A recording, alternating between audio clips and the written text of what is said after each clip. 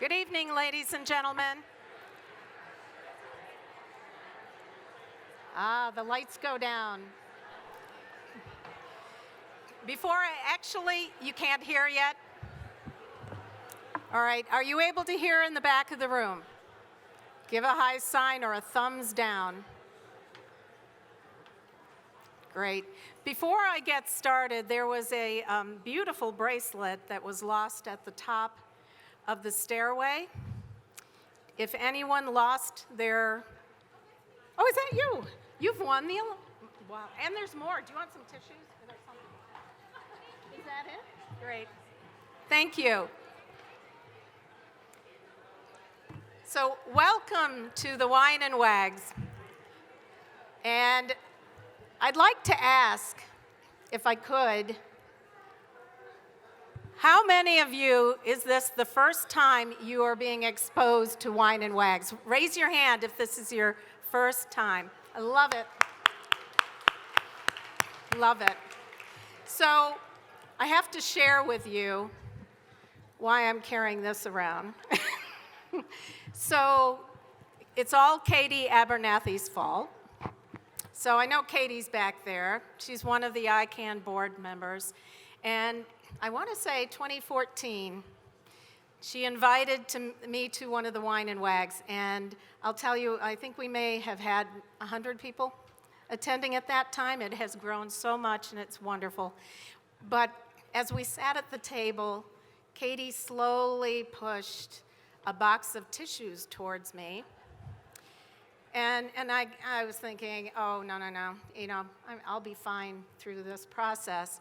And I quickly learned through the evening that I probably tonight can go through this entire box in a heartbeat. But it's not tears of sadness by any means. It's all about the moving passion and the wonderful things that ICAN provides to so many people, so many communities, and actually so many companies like my own. So because ICAN knows what I'm like, they actually provided some backup too. So my employees over at table 21 have the backup big box full. So you will see me carrying this around all evening. But anyway, welcome to everyone. So glad to see you here. And one thing I do want to go through are a couple of the wonderful things that ICAN provides that gives you an opportunity to spread the message of ICAN. Number one is the wonderful calendars that each year is produced by ICAN. And what I've realized is this one's hot off the press. Just today came in. It's wonderful. Purchase these, share them with your friends, with family, so that they can understand the wonderful message of ICAN. And I'm going to really call out our wonderful photographer who really sits out here, and Liz Kay. She's going to stand up, please. All of this photography is outstanding. She really catches the emotion that the animals have, as well as the handlers and clients, and it's just phenomenal. So I warned Dino that I was not going to stay on script. So I've already gone off script, I think, 3 times already. So I hope you don't mind. But that's number one. But I want to call out, you'll notice this beautiful, beautiful dog on the cover. This is Cover Boy. So this is Puppy Newell, and I know Newell's here. Do we have Newell handy that, oh, here he is. And pretty soon you won't be able to pick him up. So this is Newell, and he is the cover boy for this year's calendar. Aww.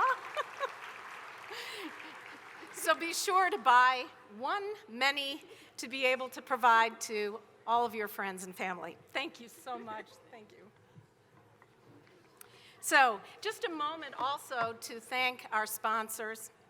And the Wine and Wag sponsors are all listed in your sponsor flyer, which I know is attached in your folder. But we also have some 2020 calendar sponsors as well. And I'm just going to read out some of those folks. We have Bright Ideas and Broad Ripple. And you'll hear more about Bright Ideas and Broad Ripple very soon. DK Pierce, my own company, which I'll share a little bit about later.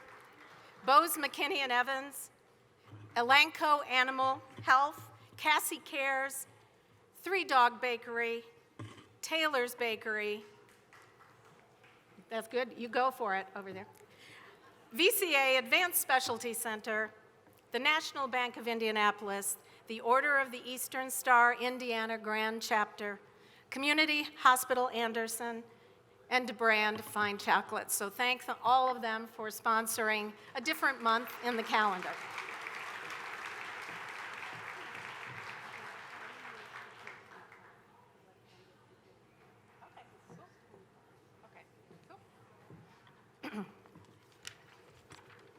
So I'll tell you a little bit about our company because I'll talk about it later related to the sponsorship. But one of the things I did want to explain, sometimes when you think of sponsoring a dog, especially like that within the ICAN organization, you think you have to be a big company to do that. And we are not. So my company has 20 employees. We have dogs in the office, which is hilarious most of the time. But we're very passionate about the work that we do. And what we do is we work with biopharmaceutical companies with cancer and rare diseases. So when we were looking for something to connect the dots, that our passion with dogs as well as helping individuals that are ill or with disabilities, this was the perfect opportunity. But I want to get the message across that truly it does not require being a large organization to have to sponsor a dog. We're on our 2nd dog, and we're very proud of that. And I just want to make sure everyone realizes that opportunity. So as we go into the next speaker that we have, I'd like to first talk about a couple of things you have on your tables in front of you. So number 1, I mentioned DeBrand as being one of the calendar sponsors, but also they have a little entry form. I believe it was on the bottom right-hand side of your folders. You do not want to lose this. You want to fill it out, because if you fill it out, put it into your blue box on your table, you may win the Divine DeBrand experience. And I'll tell you what, just yesterday, I believe it was, we just had one of their caramel chocolate apples at our office, and it was divine. So please make sure you fill that out. And then finally, also, you have, I believe at the top of your table, near the blue box, they're from the Indiana Farm Bureau Insurance, they have sign-up opportunities so that if you have the opportunity to get a free estimate for insurance, and $10 for every estimate that's completed is going to ICAN. So another great opportunity and another wonderful way to get that across. So thank you.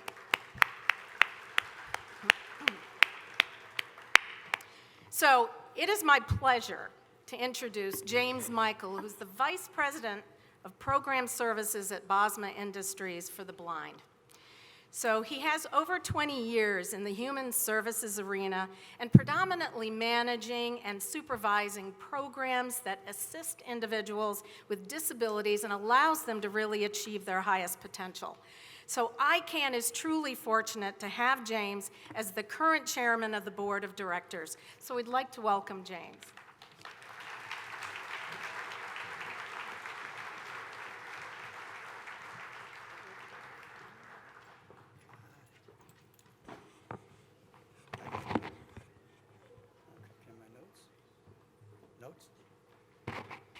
She did not give me my Braille notes.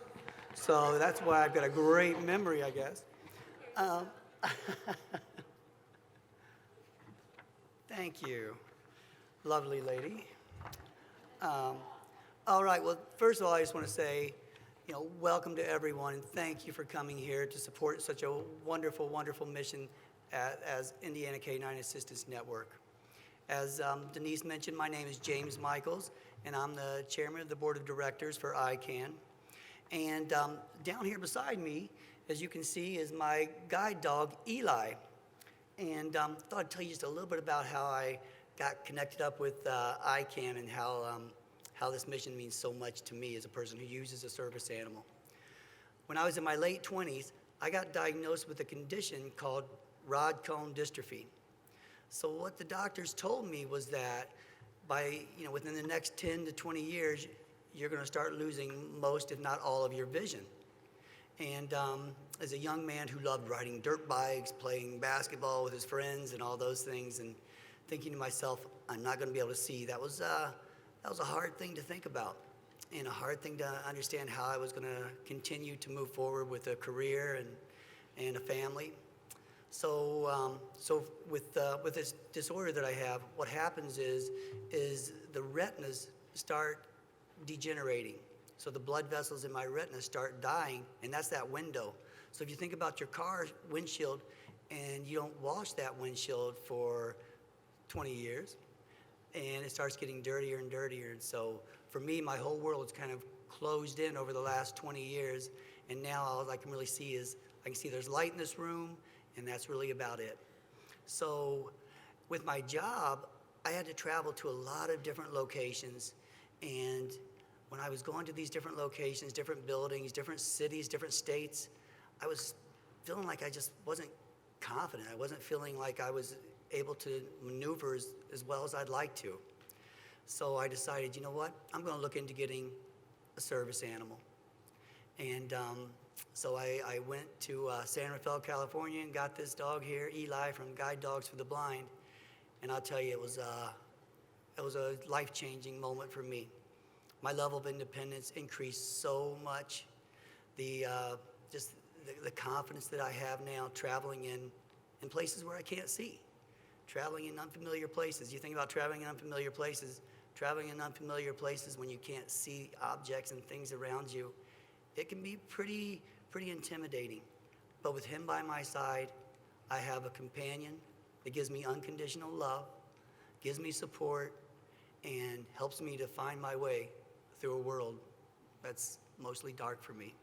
So as you can imagine, when I came here with, Scott Beauchamp brought me here. He was a board member, and he got me here at a Wine and Wags event several years ago.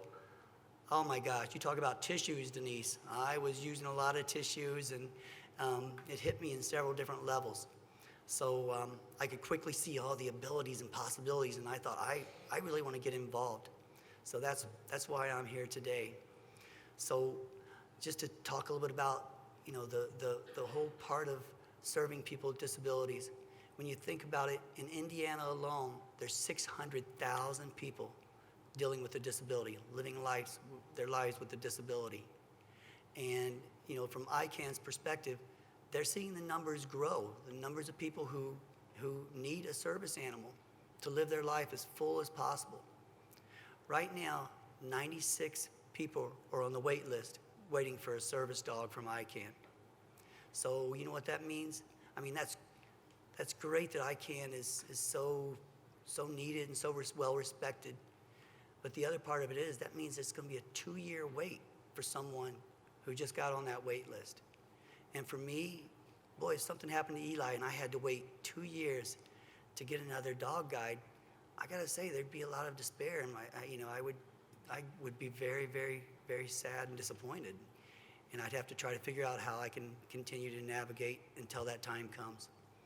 So what ICAN's been doing, they're trying their best to continue to manage this growth. One of the things that they have done, and then by the way, when they manage this growth, they're always managing this growth with the mission in mind. Their mission of providing assistance animals to people with disabilities. Also, their mission is to help folks to give functional life skills to people, to inmates who are incarcerated, and also to give them the opportunities to have a job skill by the time they graduate. So the mission is always at the forefront. So something they've done over the last year is they have 13% more dogs in the program. They have 5% more handlers.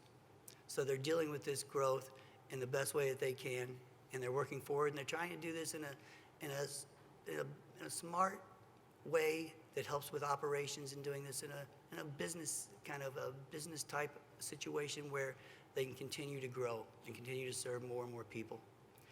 Now, for the folks who are waiting for a dog, for these puppies you see here tonight, it takes somewhere around 2 years to get those dogs ready to go out there and provide great assistance to either folks with a disability or even to a facility. I met a facility dog tonight, Millie, over here, that's at Peyton Manning's Children's Hospital. So it takes about 2 years. So it starts with the intentional breeding, trying to get the dogs bred who have had success and continue to be successful. Because I'll tell you what, when I got Eli, I met my puppy raisers, and they said he was the 7th dog that they had, and he's the first one that made it to the partnership. So there was always some issue that came up that made it more and more difficult for someone to be able to, for the dog to be able to be successful. So the first thing is intentional breeding. And then it's the 2-year training. The training's not only in the prisons, but the training's also in volunteers' homes, furloughers' homes, and it's a rigorous process.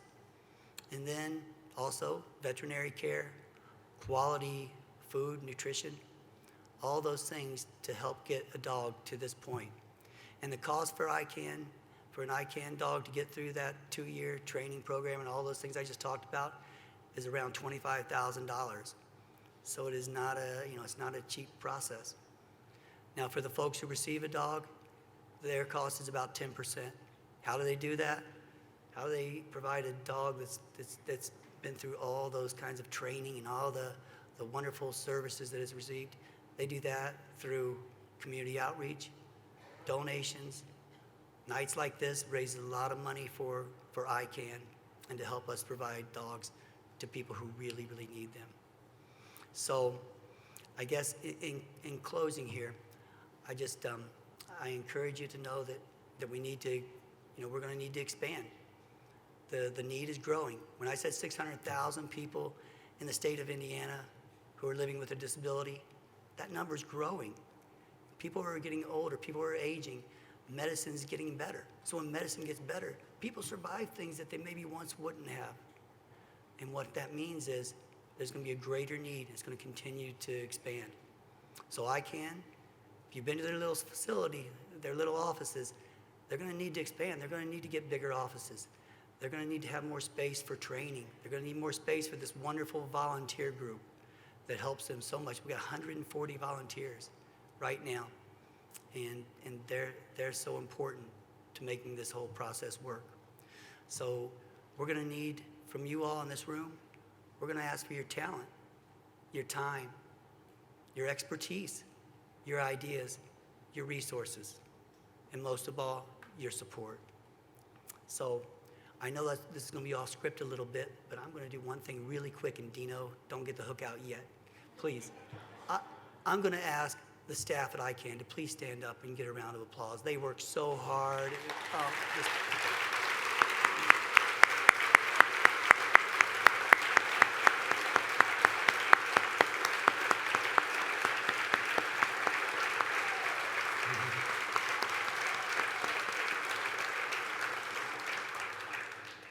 I'm guessing they didn't see that coming. So at any rate, then I am going to ask for this too. I'm going to ask the volunteers, people who volunteer for ICAN, if you would stand up and let us see this number. Because I'm telling you what, these folks do so much to make it happen. It's incredible.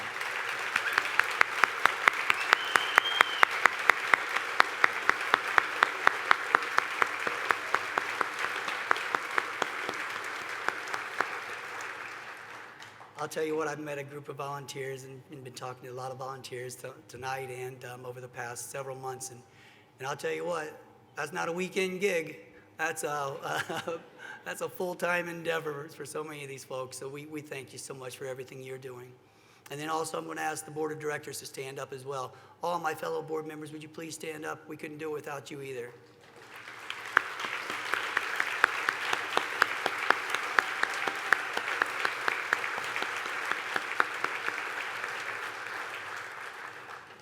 So I'm going to leave you with one quote here. It's a Roger A. Carr's quote, and it says, Dogs are not our whole life, but they make our lives whole.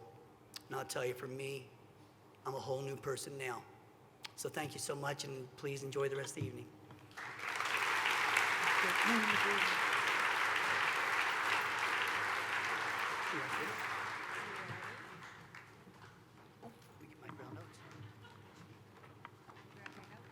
I don't want her stealing all my ideas here.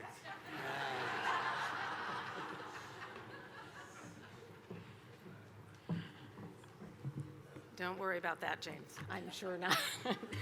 Thank you so much for that.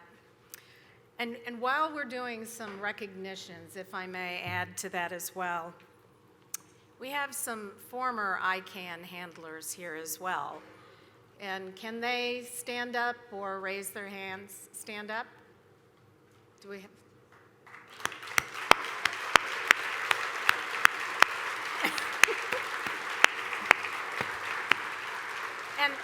And the other thing that I'm going to do, and I won't ask you to stand up, but if you could at least raise your hand or wave, or someone in the family. But the clients of ICAN, how many we have here tonight, could you please wave your hands? Excellent.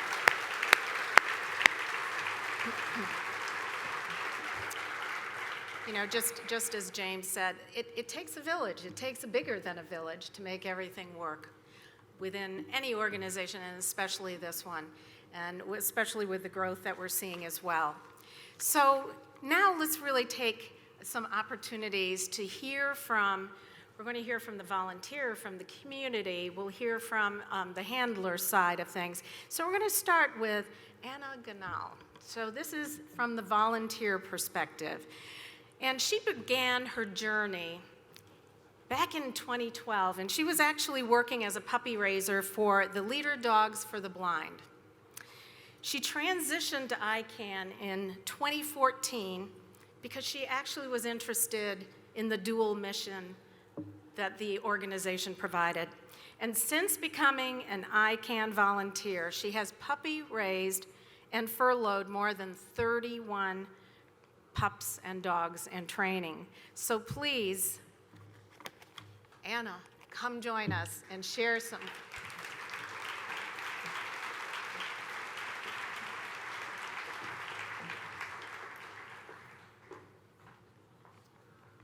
Well, you would think that after 30-some dogs, I would know how risky it is to bring a dog on stage with me for a speech, but here we are. As a student, I give lots of speeches, and as a furlougher, I have a lot of dogs, so inevitably the two collide.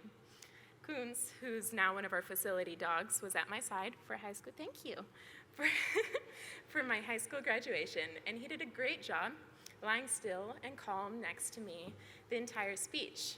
But he made sure before we left the stage to roll over onto his back for the audience to enjoy. Over a year later, I was in a college speech class, and he was again by my side. This time, he was almost 2 years old, and he was nearing graduation. Hi, buddy. Thank you.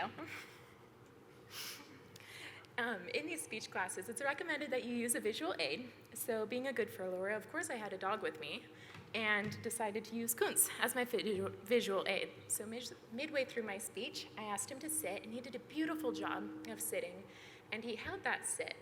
But what the problem was that Kuntz was a better dog than I was a furlougher at the time, because he remembered he was supposed to hold that sit until I gave him a new cue, and I didn't remember. So I took a step to the side to begin my next point, and Kuntz did not move. So that speech got stopped midway through until I gave him a cue. He walked with me, and we were all good. You know, these situations can be awkward sometimes, but it's those little behavioral changes that I saw between when he was 9 months old and between when he was almost 2 years old that just make being a furlougher worthwhile. Or when they're 4 months old and wiggling all over the place. In animal training, there's a technique called shaping, where you start out by rewarding the dog for a behavior that is remotely close to what you want. And then you get closer and closer to the behavior you actually want by rewarding the dog for doing things that are closer to that behavior. ICAN dogs are shaped over the course of 2 years. As Sean has said many times, if these dogs came to us perfect, they would already be service dogs. You're not perfect.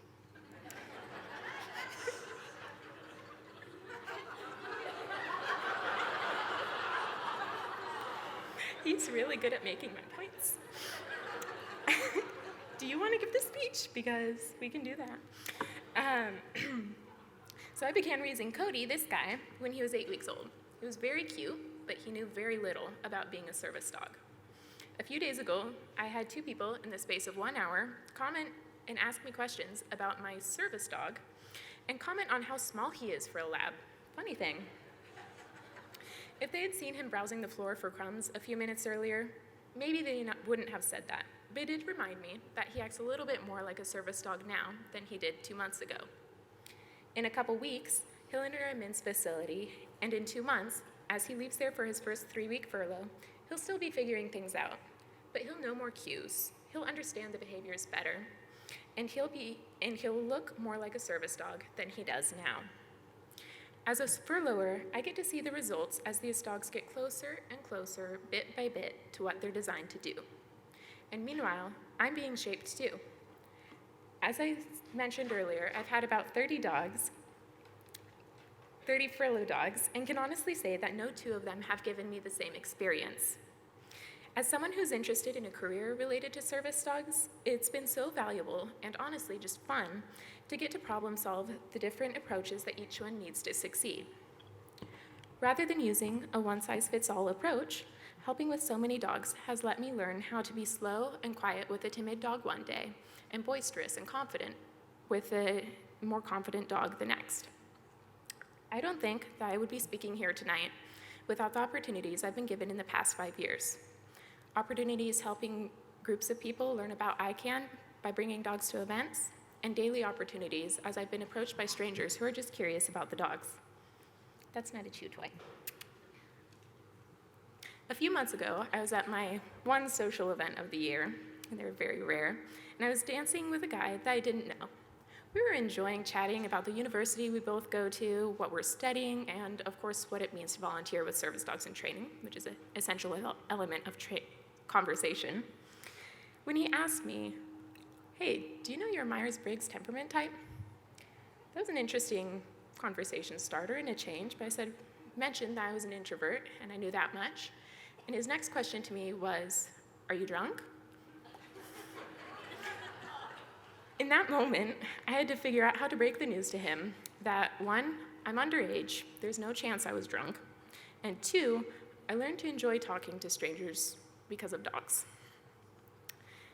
You see, as a furlougher, I field questions from strangers daily. What type of dog is that? I think it's a lab golden superhero cross. How old is your dog? Somewhere between 8 weeks and 2 years. Honestly, I just picked him up today, I don't know. Or my favorite, can I buy your dog? Make me an offer somewhere above $25,000 and I'll consider it. But one of the most common questions that I'm asked as a furlougher is, how can you bear to give up the dog? Without fail, I can say that it's because I have the hope that the dog's future away from me will be so much better than its future with me. I think that as pet owners, we all have certain hopes for our dogs. We may hope that they stop jumping on us, tipping over the trash can, or leaving those glittery drool streaks on guests. As a furlougher, I have slightly different hopes for the dogs I work with. I hope that the puppy, who just pulled a book off my shelf for the 6th time today, will one day be just as eager to pick up a dropped item for someone in a wheelchair. I hope that the dog who struggles to sit calmly for petting because he is just so excited for the attention will one day relieve the worries of a child struggling at school. I hope that the dog who becomes anxious when I leave the room will one day be so in tune with her person that she can alert him to a low blood sugar long before it is life-threatening. It's easy to become frustrated with the dog's antics or sad when I have to give it up, if all I have in mind is my relationship with the dog. But if I stop and consider the hope of making someone else's life easier or better in any way, all the sleepless nights, the chewed cords, and even disrupted speeches are worth it. Huh, Cody?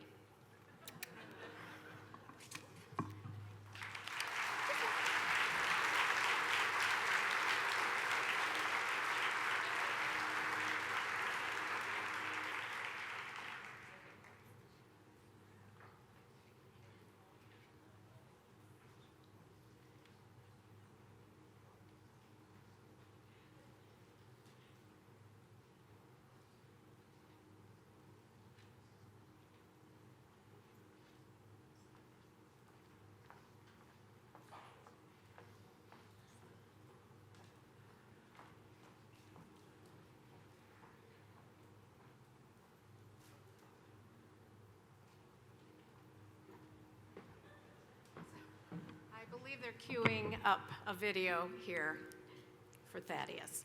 Just wanted to. Yeah. Before I entered the program, I didn't really have too much that I cared about. I couldn't see myself past 25, 26 years old, and I was okay with that. I really didn't.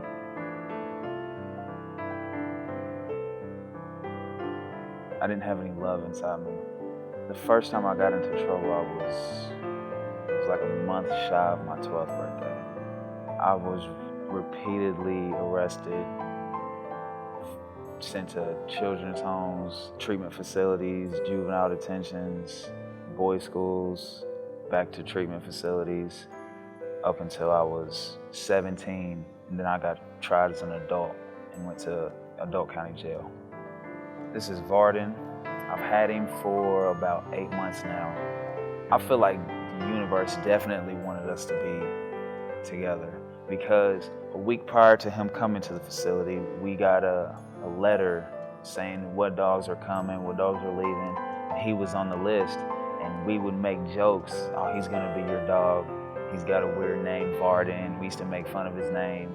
And then he went to another handler, but I still had that feeling like, man, I was supposed to get that dog. I was supposed to get that dog. And then the day came when I was told, that's your dog. And I definitely feel like the universe wanted us to be together for that reason. And I think he felt it too, because when he saw me, it was like he ran straight to me.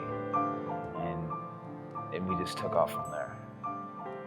But sitting and thinking about, talking about him having them behavior problems and me having them behavior problems, and him not really being too polite to other animals and me not being too polite to other human beings, there's definitely a connection, and that could very well be a reason why we work so well together. He's definitely my best friend. Throughout the day, if he stays down, he wakes up, he does this thing where he'll yawn, and when he closes his mouth, he lets out a little hum. It's a very faint hum, and I praise him every time he does it, because I don't care what kind of day I'm having. When he does that, I could be angry, upset, it doesn't matter. It changes my day. If you look in his face, it's always like he's trying to figure out what's going on. He's always thinking about something, and you can see the gears turning. I don't care what, you tell me something you want him to do, and we can figure it out. I don't care what it is, we can figure it out. I'll have him jumping into the moon. He will touch the moon if I want him to, and he will figure out how to do it. Well, dealing with authority figures has always been a problem for me. And now, dealing with the authority in here, I understand that you've got a job to do. I've got this time to do. And I'm not gonna go out of my way to make your job hard, which in turn will make my time hard. I think since I've joined the ICAN program, that's helped me a lot. The relationship with my mother has never been, once I started to get arrested, it was never a good relationship. I mean, I always loved my mom, and I know she loves me as my mom. I'm her son. And I always did the best I could at that time, and I know she did too, but we never really had the best relationship. And now, me being proud of what I do, and her just being proud of me being proud of something that I'm doing, we've definitely gotten closer. When we do talk, the conversations they're more emotional. She can hear the emotion in my voice. She can hear the happiness in my voice, and I can hear it back from her. Our relationship has definitely grown. Since I was 12, I always said I'm not gonna make it past 24 or 25 years old. Now, I see a future 30, 40, 50, 60. I'm making a point to eat the right foods, and I want him to eat the right foods. I want to exercise, and I want him to exercise. I want to train because I want him to learn. The most important thing to me is I see a future for myself that doesn't end at 25 years old. 2 words to describe best describe who I was, the only 2 words I can think of is no love. 2 words to describe myself now. I honestly don't think I can give you 2 words to describe myself now, but I mean, I know what it feels like to care about other things, to love something, to really take pride in what I do. I mean, I can't give you 2 words because who I am is, you can't sum up in 2 words. I don't even think full paragraphs can sum it up because of the change. I'm so happy about what I do. So happy that I've learned and want to learn and want to live. It's just, I couldn't give you 2 words.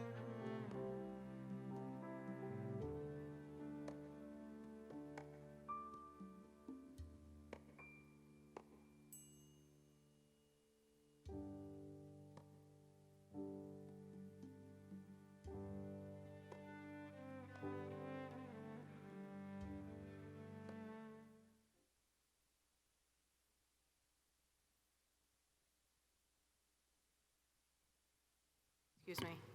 This is where you start to see the power of the organization. You can feel it, you see it, the effect on the individual and the ability to care for others and care for themselves. So I think that's an amazing video to watch. And now I'm very excited for this next individual to join us on the stage. And this is the community perspective. And this is the introduction of, and I feel like to have in broad letters, Diana Surface. But just a very brief bit about her.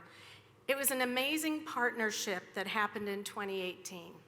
ICAN was approached by the Indiana Grand Chapter of the Order of Eastern Star with the statement that the order was going to be raising money for ICAN as their cause. And it got better yet when it was mentioned that this was going to be an endeavor over a 3-year period. And it all started with this special someone that I'm going to introduce to you. And she is the past worthy grand matron who took the lead on the first year of this service dog project, making it a real personal goal to raise $40,000 for ICAN. And little did we know how crazy she was about puppies. But I will tell you that in June of this year, ICAN was presented with a major gift from the Indiana Order of the Eastern Star in the amount of $61,124.68. This was the largest amount ever raised in the history of the Indiana Grand Chapter for a single cause. So please welcome Diana Surface.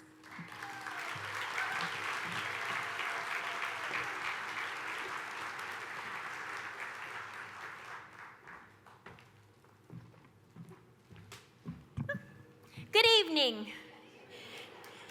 I'm kind of shy and quiet, so I'll try to get outside my box. There's a lot of laughter from a table over there that know me very well. I'm Diana, and yes, I had some titles, but as I told everyone in the order, and they've known me for many years, I'm just Diana. I'm a farm girl from northern Indiana who happens to love her dogs. You know, I'll tell you a little bit about Eastern Star. We are a Masonic fraternity. We are the largest fraternal organization in the world that has both men and women as members.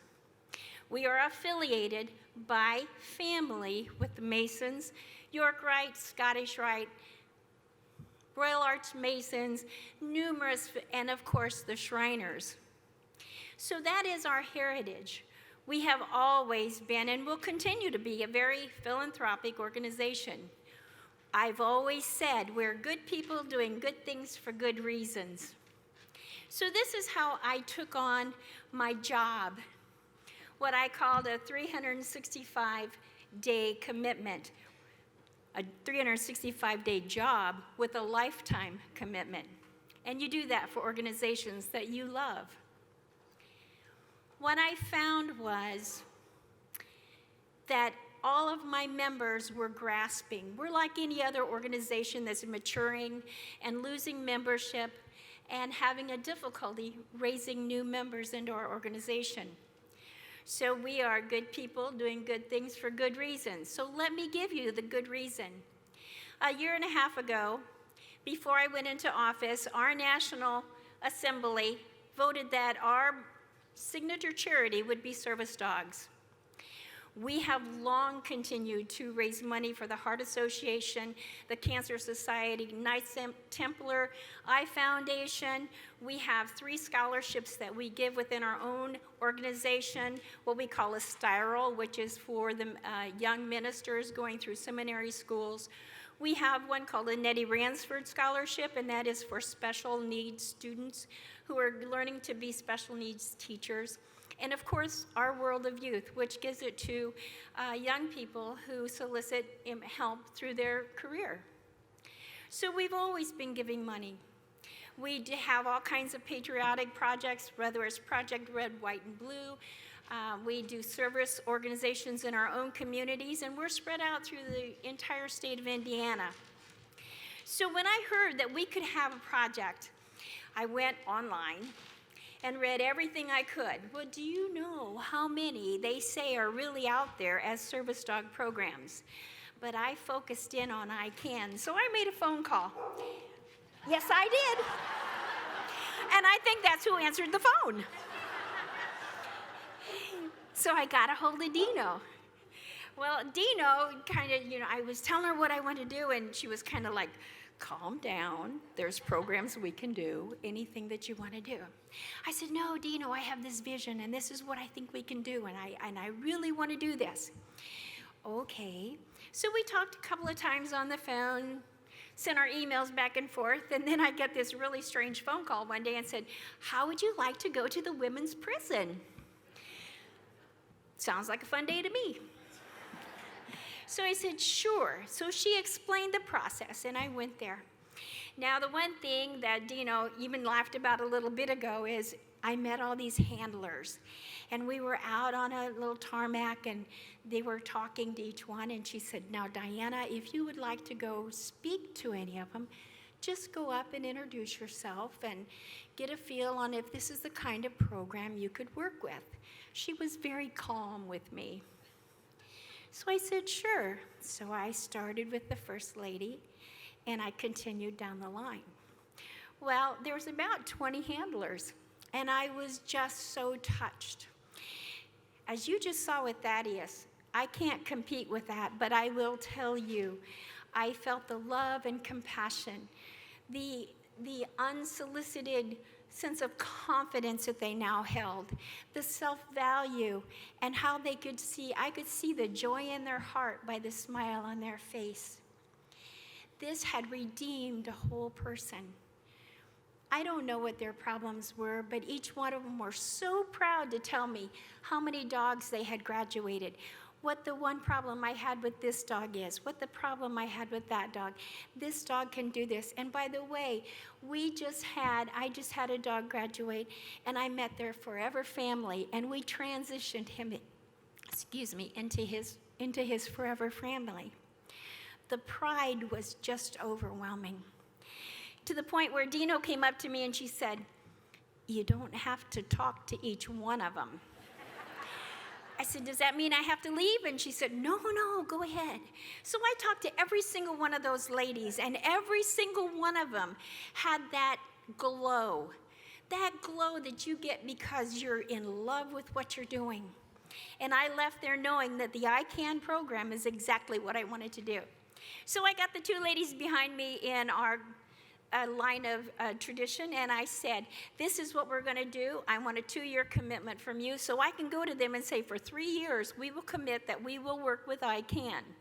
Yes, it is our national format that we will be sponsoring service dogs somehow in a program, but I have chosen ICAN, and if you can commit with me, we will work with them for 3 years. So that's what they did. Of course, I had to assure them they don't have to go to the women's prison, but I certainly did encourage them to go. So we started on this journey. And what I saw was it was a perfect thing for both my organization and for ICAN. We've always kind of been a cloistered, and we wanted to get out into our communities. So this was an outreach program where they could learn more about Eastern Star, and we could do more for the service dog program. So we went out to all of our little communities. We had fish fries in Churubusco. We had, woo-woo!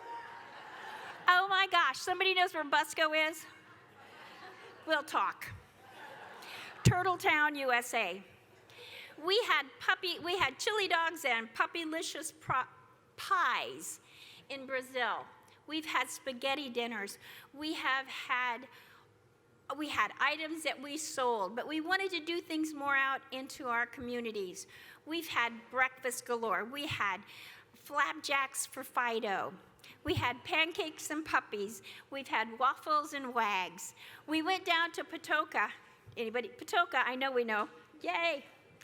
And actually, we were working with a school system down there who was replacing their therapy dog. Daisy was going to be retired. So we felt this was a perfect mix for us to be able to go out there and help them raise the money that they needed to put a new Daisy into the school system. So we went down, and believe me, in Patoka that day, we raised, there's not a stop sign in Patoka.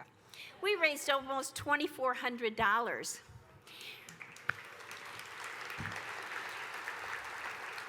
We didn't have big events, but we were persistent. Maybe we only made $500 at this spaghetti dinner. Maybe we only did $1,000 here or $1,000 there. We went to Greentown and had a community auction where we raised almost $5,000. These are things that we can do, and we saw little communities coming together so that they saw our focus, and it was kind of like, oh, I know you. You're the dog lady. Yeah, I am. That was prouder to me than being called worthy grand matron, because I knew that they got it. You know, 25 years ago, it was kind of a stigma if you saw someone with a dog, and it was like, that's too bad. But anymore, it is so accepted that you've got children in school who says, Susie needs that dog because she gets really sick, and the dog tells her when she's going to get sick. You know, Johnny didn't used to go outside and get to play because he would run off the playground. He was autistic, and he was a runner until he got an anchor dog. They are so accepting, and that's the people that we're reaching. As our organization, you know, maybe we didn't get any new members. Maybe we did. But they need to see that we do more, and we can do more for them than they could ever imagine. I know that one of the things I got to do when you're elected into this line is name your year. So I named my year the Journey of Love. And everybody said, well, what does that mean? I said, I don't know. I liked it. You know, you get elected and they say you only got 1 year and you have 3 years to plan, so enjoy the journey. Okay. So I called it the Journey of Love. And once I started filtering out what I wanted to do for my 365 days, I went to the women's prison. I saw how that journey had started then, and I knew I had chosen the right name. I saw that when we went into these communities and people's faces would light up because we were able to sell hot dogs and make $1,200, that was a good journey and a journey of love. You can do anything you want when you do it for the purpose of love. And that's how I feel that we are. I would like each one of you to open your minds. You've already opened your hearts or you wouldn't be here tonight. But it's not what we can do for ICAN, but what ICAN is doing for us. And if we can take a little community and a little puppy who brings that unconditional love to everybody's life that they lead. And this is Louie, by the way, my poster puppy. I didn't have a poster child, so he's my poster puppy. That they can touch everybody's lives Who else in your family can look at you first thing in the morning when you get out of bed and say, I love you, I love you. I really don't want to tell you how bad your hair looks, but I love you. And that's what they bring to every single person. I want you to look into your minds, look into your hearts, more importantly, look into your pocketbooks, because if we can do that on a small basis, whether maybe it's a home association, maybe it's just your bowling league, put together just one little project and watch how it grows. If we can do that in Cherubusco, in Trafalgar, in Paducah, if we can do it in Columbia City, if we can do it down by Evansville, we can do it anywhere, and we certainly can do it in this room. I thank you all. Good night.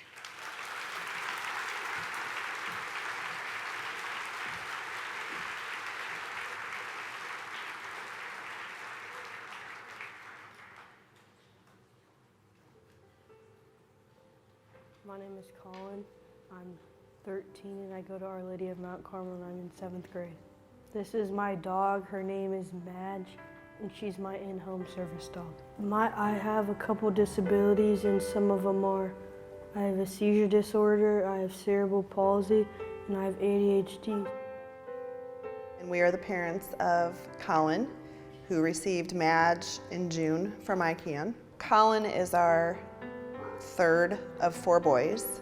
I guess I kind of noticed that most times baby fist, and we noticed after about 6 months that only one of his hands was opening up and being used. They don't know what happened, but they call it a delay in the myelination. It's on his right side of his brain, so gives him partial paralysis on his left side. And they said it was cerebral palsy. They can't tell us for sure if he'll have to have any more surgeries. He had one on his hand and his arm to kind of give him more flexibility and movement, and then he also had it on his left leg. So if you met him, he doesn't use his disability as an excuse. He kind of makes his own adaptations, but sometimes he does get frustrated. Some effects are like that I knew I had to work harder. I knew I had to like just block out everyone who says mean things and just keep going on with my life. So we have a carpool. Normally I have a car full of kids, but thankfully I had dropped off everybody. And it was just Colin in the front seat and Quinn was behind. He was chit-chatting. Of course, he wanted a snack and everything was fine. And all of a sudden he wasn't answering me. And I look over at him and he was seizing. And I pulled over as fast as I could. Quinn was behind me in the car. And I remember he just kept yelling what's Colin doing? Why isn't Colin talking? But we called 911, got Colin in the ambulance, and they kept asking him questions, about his day and did he know where he was? And he couldn't answer any of them. He had to go through more tests, and through the tests, we were able to see there was a problem in his brain where it was misfiring. Everyone was sad. And it broke my heart, not only because Colin had a new diagnosis, but his brothers were almost a little afraid to be with him because they didn't want to witness it. When he had his first seizure, we didn't leave him alone. I mean, he was either with Ryan or he was with myself. We didn't have any date nights. We didn't really have any time alone because either Colin or Quinn was sleeping in our room on the floor. I wasn't really afraid of having seizures, but my little brother Quinn was. He was just scared I was gonna have another seizure and he didn't know what to do. Before I got Madge, he had to sleep in my mom's room every night until the day I brought her home. When we had the interview, so our family and Colin interviewed with Madge. Our handler was Vanessa, and they clicked right away too. So, here's this awesome connection with this dog already that he's only seen twice in his life. And then with handler, Vanessa. Vanessa was Madge's handler. She was like, she was super nice, super welcoming. She taught like really fast and really well. Like gave a lot of detail, and I think she helped along the way a lot. I think it's taught her like you should actually like do good in life and not just throw away your life and act like it doesn't matter. So if Colin has a seizure and she sees him on the ground and shaking, she knows to go and to put her head on his chest. And if Colin's in a room, she's in the room with him. At night, Colin will say it's time to go to bed. He says jump, and she gets up in there and snuggles up. Well, most of the time she takes up the whole bed, and like, I'll be stuck against the wall or stuck almost falling off the bed. And she'll either be by my feet or like lay next to me like that. He'll say that he himself sleeps so much better having her there. Some way she makes me feel safe is like at night I'm not afraid I'm gonna wake up and have a seizure. And if I do have a seizure, she'll be next to me. Quinn's back in his room, and Colin's back in his room, and we are back to having our own room. If there was 2 words to describe my dog, it would be like family and friend. She's a friend to all of us, and like a friend like does fun things with friends do fun things with each other, and they always have fun, and that's what she does. We will forever be grateful for ICAN. For Vanessa and everybody, all the people from the beginning, right? Yeah. The men's president to the furloughs to the breeders, the sponsors, all of it. It's amazing what everyone does. I mean, it was amazing to see him. I mean, the night of the graduation, like all the people that were coming up to him, and he was just like perusing the room like he was the mayor. He was like the mayor, like the MC of the show, and it was I've never seen him like that before. You could just see, he was beaming. You could see he was just so excited to have Madge, and I was just watching Vanessa and him when they were going to meet on the stage, and you could just see the connection with those two. And I'm not and Claudine can attest to this, and Colin even said afterward, he's like, "Dad, are you crying?"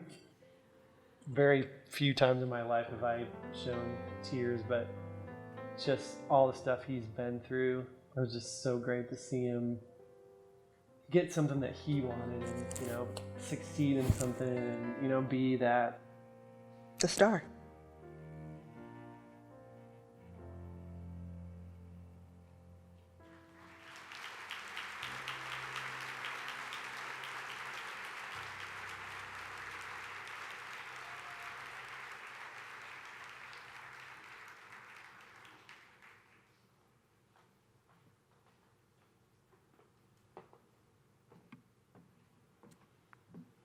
I believe Colin and Madge and Colin's parents are in the audience, and would love to have them come join us on the stage here for a moment.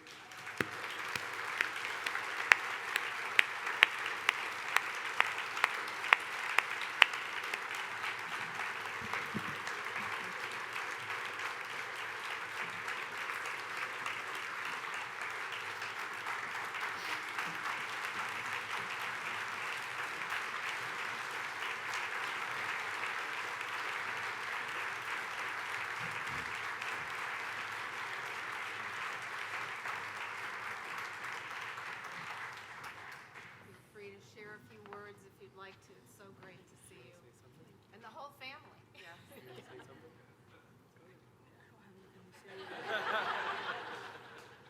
He's at a loss for words. He's a loss for words, which he normally isn't. I guess I got volunteered to say something. It's just great to be here, to see all the people here that are here to support this great cause. And I was talking to Claudine when we first found out about this organization. We went to the prison, and we met all the handlers, and I said to her, there's so many of these organizations out there that we don't know about that are doing such great things, and it's just great to be a part of this. And Madge is amazing, and she's done a lot for our family, and it hasn't been that long since we've had her, and she's already such a part of the family, and Colin's, I know, so grateful. He doesn't want to say anything, but he's so grateful, and I know that it's been great for our family. Thank you.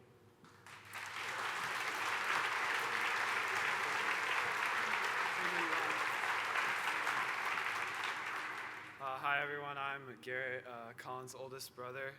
I just want to say I'm so grateful for all the people who have helped Colin, helped Madge, and helped Colin and ICAN.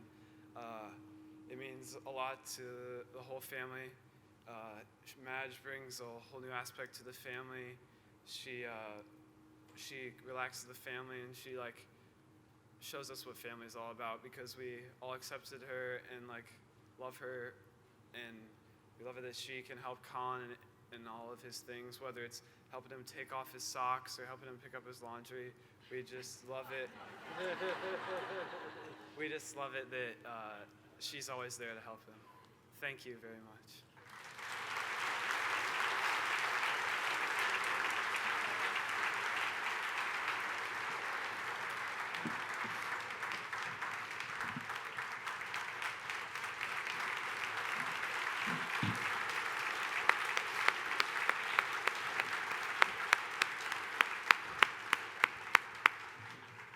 Again, I'm carrying the tissues, so and thank you so much for sharing. That's truly moving as to the impact that can make. And I also want to identify if anyone here in the room had attended the graduation, the 2017 graduation class at the women's prison. No one? Well, actually, also at the Wine and Wags of last year, we had a great video about our next speaker, and I'm very excited to have him come join us today. So John actually had a stroke in 2012, and his life was forever changed by that stroke.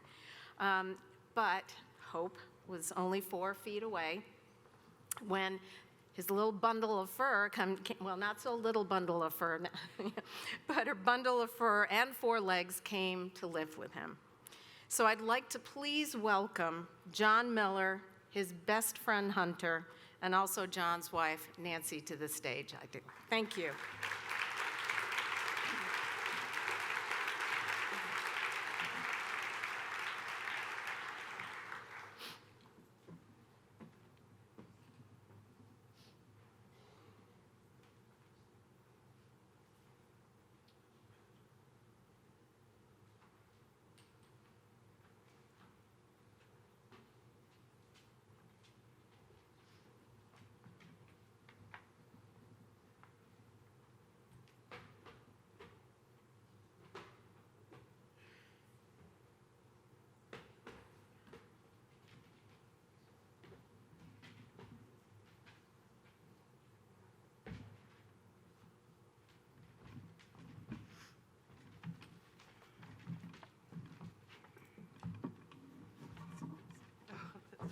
Work is. You want me to hold that for you? Sure. Good evening.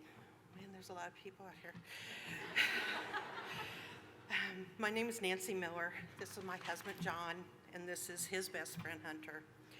We are so honored to be here tonight and cannot thank ICAN enough for bringing Hunter into our lives and letting us come tonight to talk about it.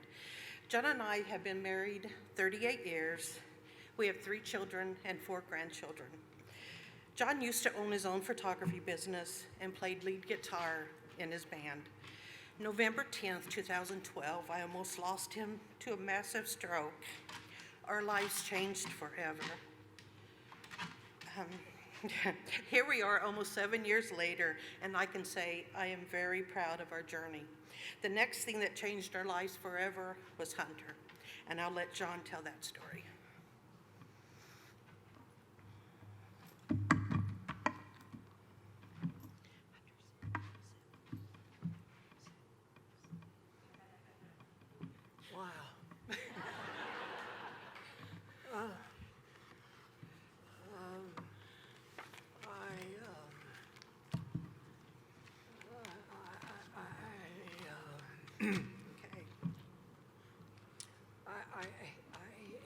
had my stroke on November 10th,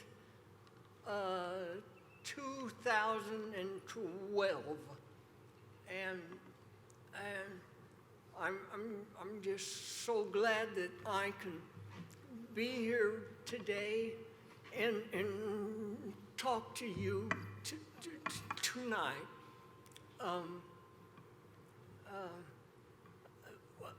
Well, I'm sorry, I can't really read what I wrote, so I will try to just tell you what I want to say.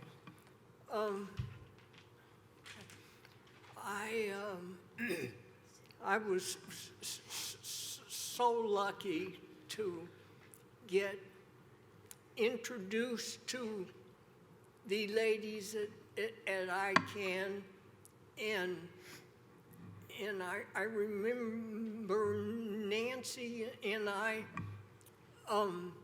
we came up to see them 3 or 4 times before we actually got introduced to Hunter, and they were all real nice to us, and then we got to go to the prison and meet the ladies that helped take care of Hunter, and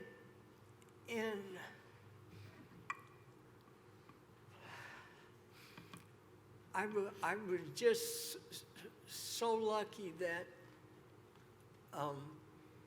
they were so friendly and nice to me and Hunter.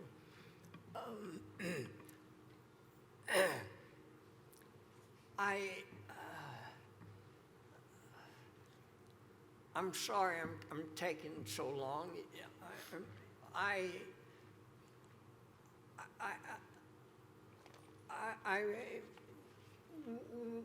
wanted to tell you about Hunter, how he's helped me, but before I tell you that, Hunter, when Nancy's mom was alive, Hunter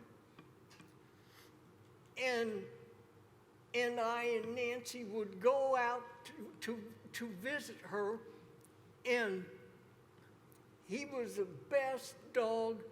I mean, he was so excited to go see all the people in the nursing home, and not just Nancy's mom, but all of the people we got to go see, and how much they appreciated Hunter going and being with them. And I was just so proud that he helped us so much. And I was talking to my friend one day, and he came to visit us, and that's when he first met Hunter, and he asked us if it would be okay if Hunter would go to his school and say hi to the children and show them what Hunter could do. And boy, he did a great job. He showed him all of his tricks, and he loved all the kids so much that he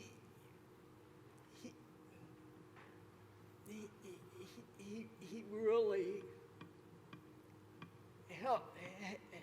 helped him so much. But I wanted to say to all of you ladies here at ICAN and the gentlemen too,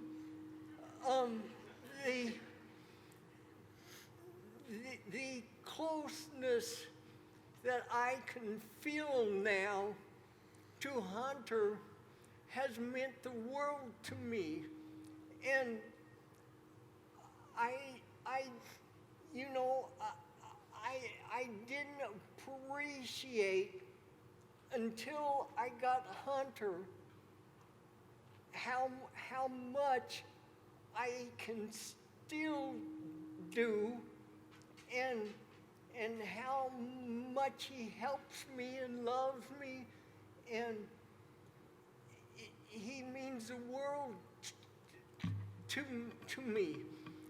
And I thank you all so much for allowing me to have Hunter as my best friend.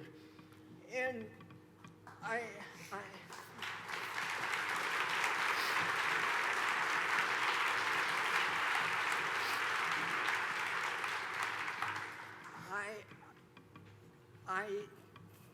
I thank you so very much for allowing him to help me, and it gave me a purpose now, and I thank you so much for him.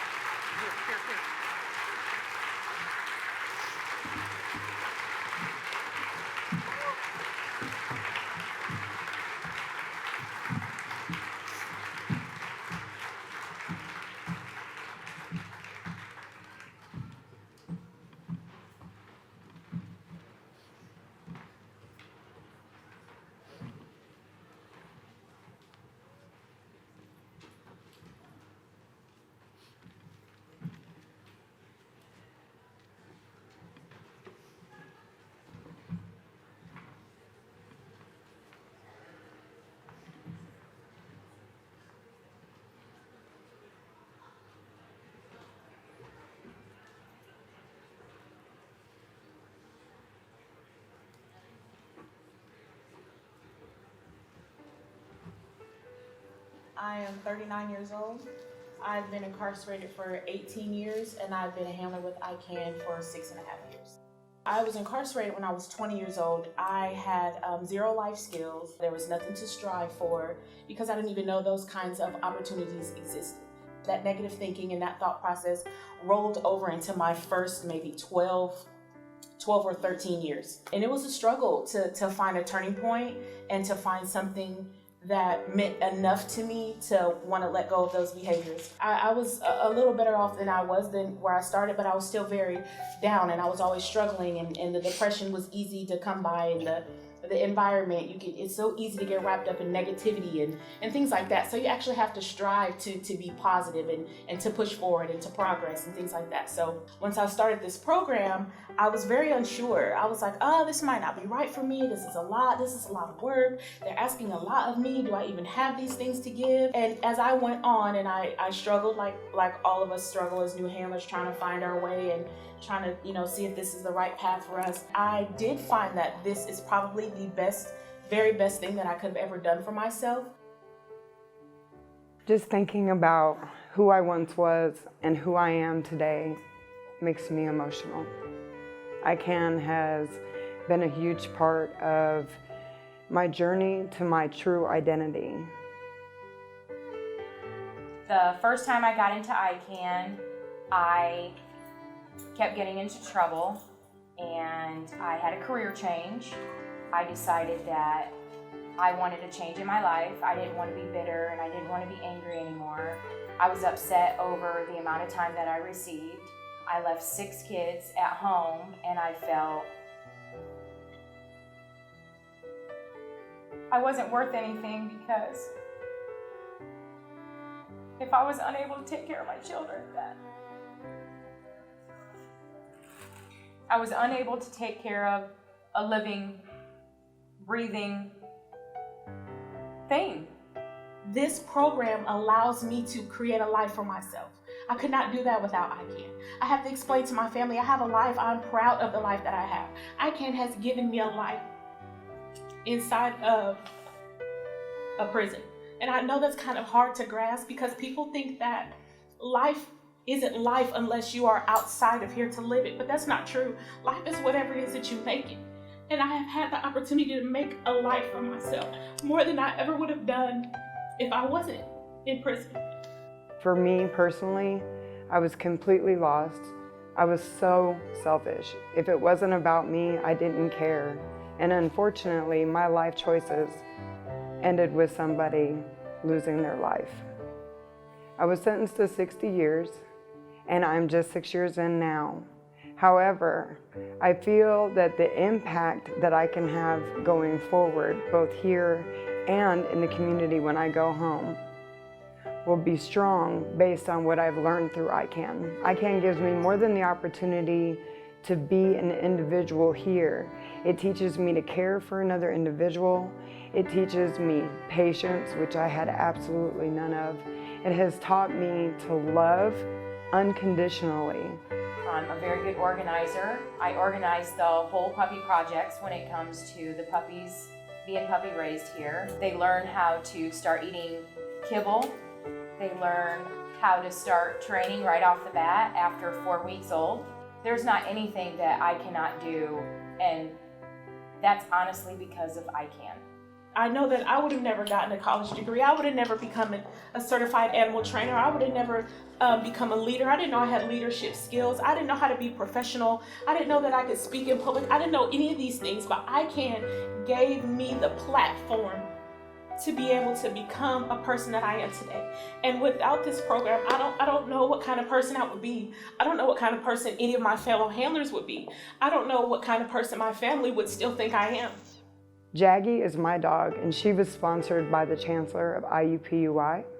She's phenomenal, and she's also my happy place. When I wake up in the morning, she's there, and it doesn't matter what I've done or where I come from, she loves me. And she does phenomenal work, and I know that her impact will be felt for years to come. And I had something to do with that, so it gives me value. And unfortunately, in the society, in the world, in the area that I came from, I had no idea that I even had value. I thought that I was worthless. I thought that I never would have an opportunity to do anything good. So if this program means anything to you, you have to imagine that it means so much more to us on a scale that's so huge. So I hope that you continue to be interested, continue to donate, continue to ask questions, continue to tell your friends or tell the people that you know, because without all of you, especially without all of us, this program wouldn't exist.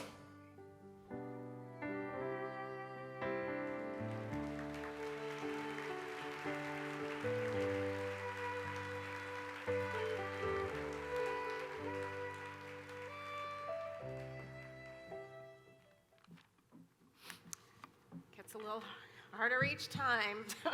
So I'm working my way slowly through this, but this has been phenomenal. And this is my moment to share and transition to our final speaker. I mentioned a little bit about our company early on. We're a small company out of Scienceville, 20 employees, but very passionate about animals, very passionate about helping people. So I believe it was 2015, we made the commitment to take on our first ICAN dog, and we sponsored Pearson. And Pearson as we call it, son of Pearson. We'll get over that. But he's a phenomenal dog. He's now at Westfield High School working with the autism spectrum students. And I can't tell you how many times I have been at a restaurant or in a group and I've mentioned about Pearson at Westfield, and all of a sudden there's someone in the group we're with that their child, oh my gosh, my child had a really rough day last week. And he went in to go spend some time with Pearson and came out relaxed and able to learn again. So that's been very powerful. And I'll talk a little bit about Pearson's handler in a moment. But we then decided to take on sponsor a second dog. And we now have Frankie, and I'm going to have Frankie and Laura. Laura, yes. But have Frankie come join. Frankie is our new sponsored dog, and he is just going into training. He's going to smell every other dog up here. So what is wonderful about a sponsorship is not that you just give money into an organization and you hope it does well. You get to live it. So for Pearson, we had a puppy shower where we got to name him. And we have followed him all through his career, if you will. And I've even had a pajama party with Pearson at our house. And we are so excited because seeing Frankie tonight, it was very, very unique because we've seen him when he's very small. We also did puppy love deliveries, and suddenly he grew. And then tonight, it's just been amazing how much more he's grown. So I thank you for bringing him up, Laura. So sponsorships are unbelievable.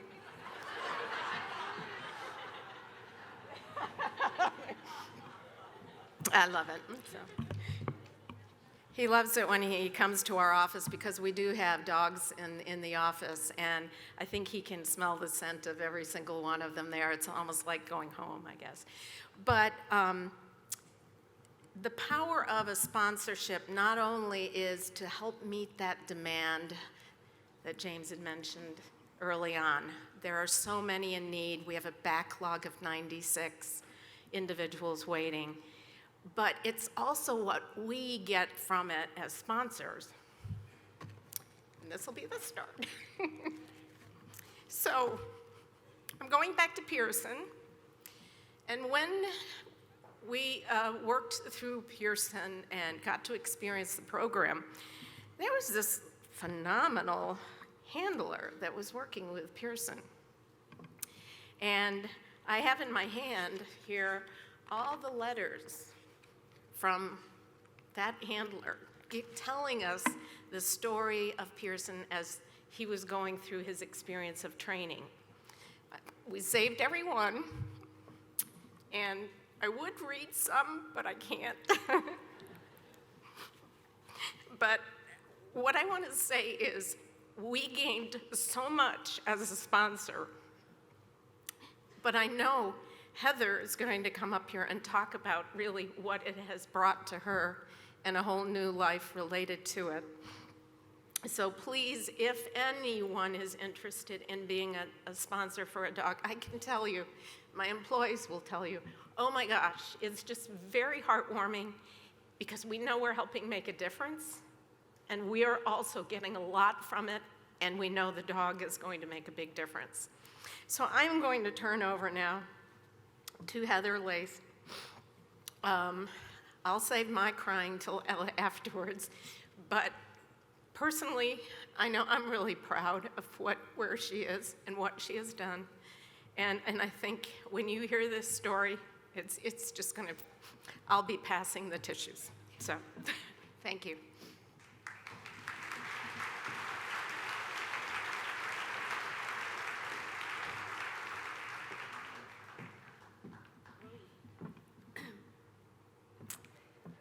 Well, I don't have to worry about being too scared about all of the people. Hi, I'm Heather. I'm a recently released inmate. I've only been home since it'll be 2 years, was August of this year.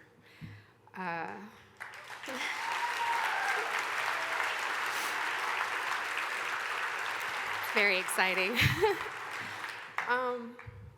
I guess I'll start with the beginning. The person who I used to be. Who I used to be was somebody that, as it seems like a ringing and occurring sound that you hear from many of us when we give our testimony, is self-centered and selfish. I was like that except for maybe to the people that I loved. Those are the only people that could reach me. I went through some changes and a whole lot of things that happened in my life, and I ended up turning to drugs. And with that happened back in 2003. I was arrested for a pound of methamphetamine. In the time that I was sitting in county waiting for my sentencing, a woman came from Rockville Correctional Facility, my next destination, and she mentioned the dog program, and that's how I was introduced to ICAN. I want you to know that I never got my education, so I quit school in 9th grade because I couldn't get along with people. I was very angry, I was hurt. Hurting people hurt people, you know that saying? And that was exactly where I was. My mom tried to get me all the help that she could. She sent me to a psychiatrist. I was more mad about that, so I rebelled against that even more. I was a very rebellious child. So when I heard about this, I found out that you had to have a GED. I did not have that, or a high school diploma. Didn't have that. But they were offering it at the county jail. So within 6 months, I got my GED because I had a determination. I started setting my goals right then. I wanted to change the person that I was because I seen that the path that I was taking, when you hear you got a 40-year sentence and then you're gonna spend 20 years of that 40 years away from your children. I have 4 children. I think that was the hardest thing for me to deal with. But when I heard that, that was devastating to me. I didn't know what to do. So when I heard that, that gave me a glimmer of hope because I had to change. Because no matter what, my goal was to get back to my kids and show them that I could be one day something that they could be proud of. I'm sorry. This is very emotional. I did become that woman. I do want you to know. But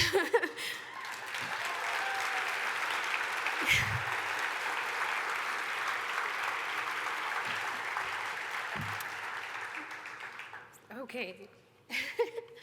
So by the time I got my GED, I was sentenced. With that time, I went to Rockville.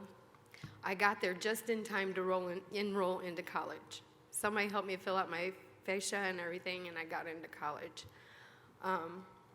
These things would have never happened, I can say that right now, because 4 children, ages from 5 to 12, there was always something. And I didn't know how to cope with things. So I also found out through my time away that I had a 2-year cycle. I would do very well, and then I would just fall off. I would turn to drinking or drugs. In that time, my mom was always staying with me. But so she helped enable me in my behavior. So my mom was a major Christian, and she would always tell me, Heather, you know this isn't right. but it didn't matter because I knew that she was the one person out of everybody that would love me regardless. She passed away in 2009 while I was in prison. And now I'm jumping ahead. With that I was still at Rockville.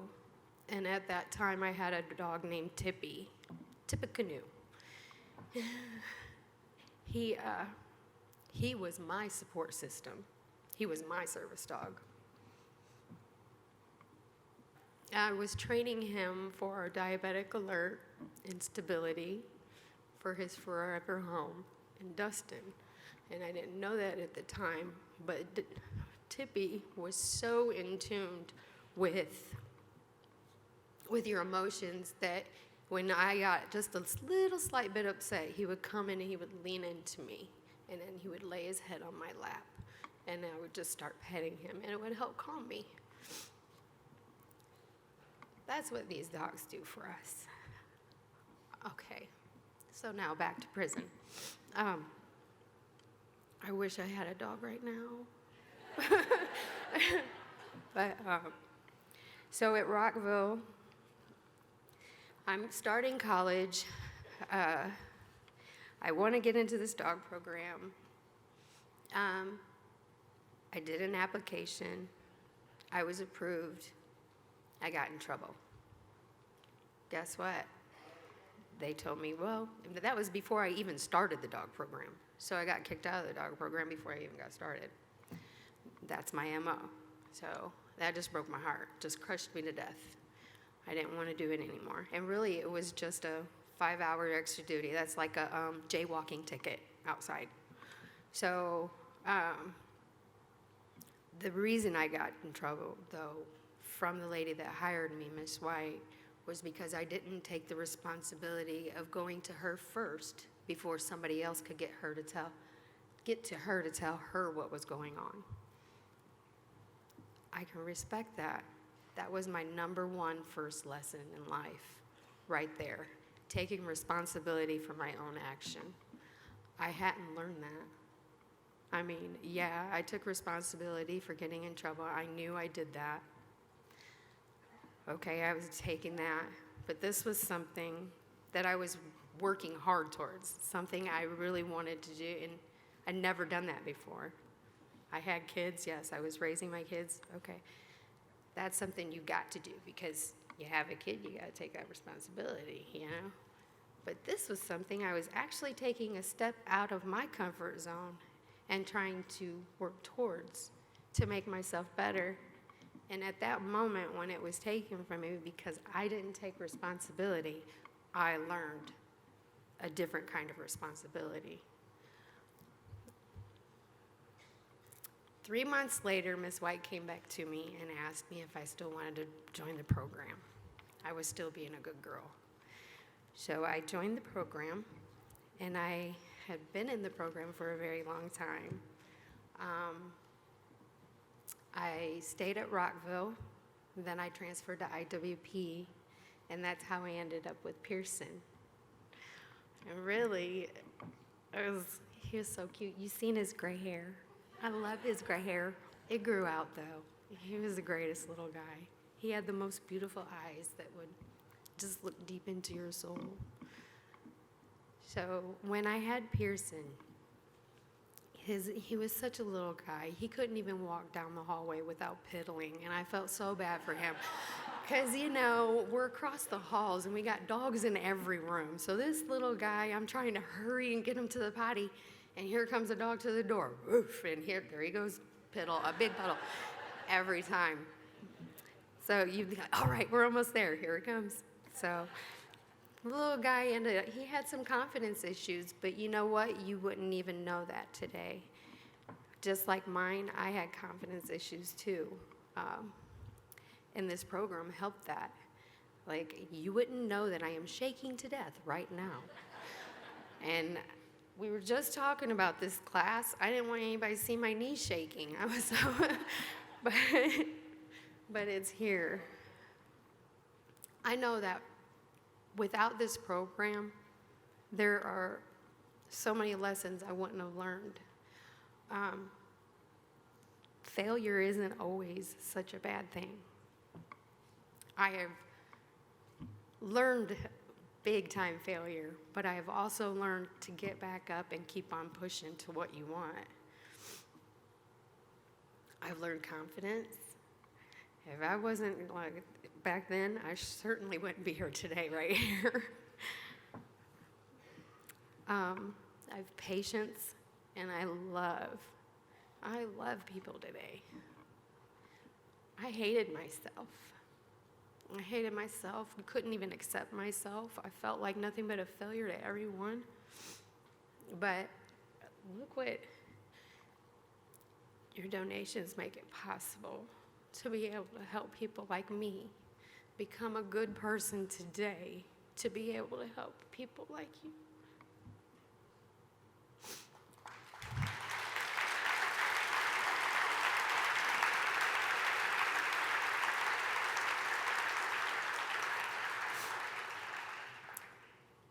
This program gave me a chance to give back. I may not have been able to pay the debts that I owe to the people that I've hurt in life, but at least I've been able to give back in some way, something that is so meaningful in life. To me, this is a great meaning in life. And in the same, it gave to me. It gave me a new life. Thank you.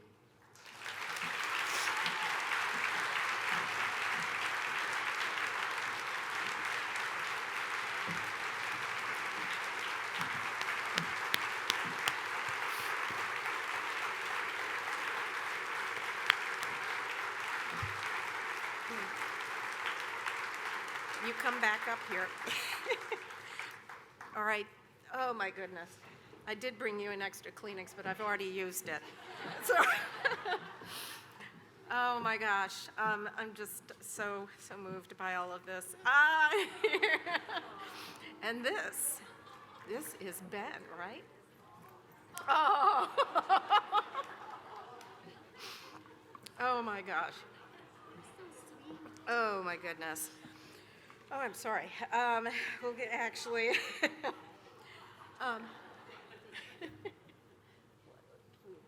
So, and James, I don't know if you'd like to join us on the stage as well, or not. This is the point in the evening where we need you to look at yourself and your opportunities and really think about, woo, sorry.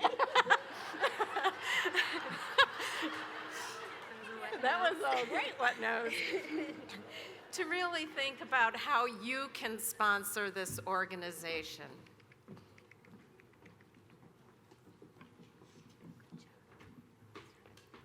Good job. Great.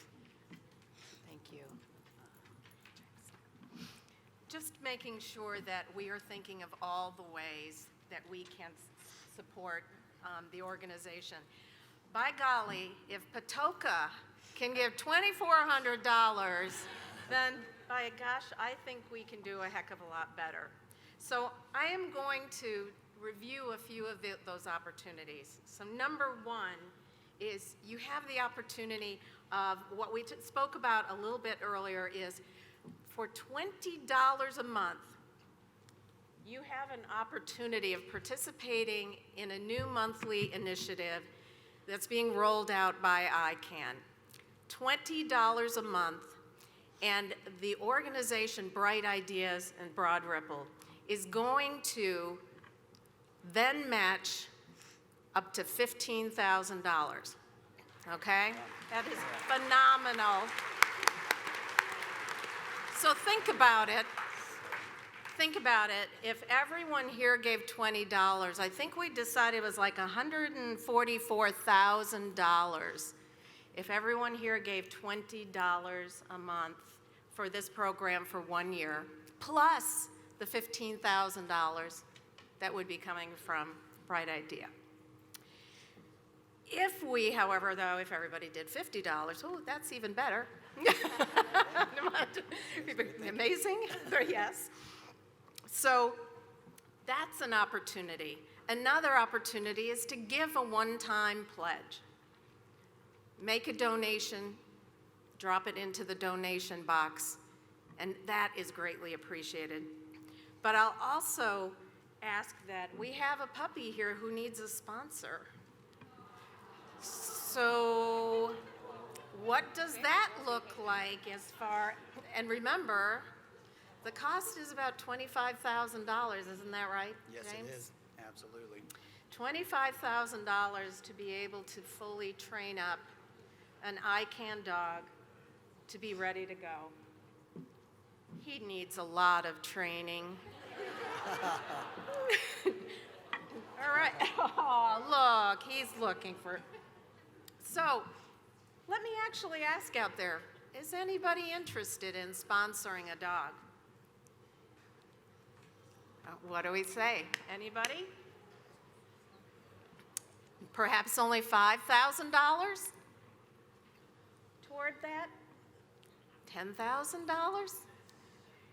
Do we have anyone here interested in committing to a sponsorship tonight? I see no one moving.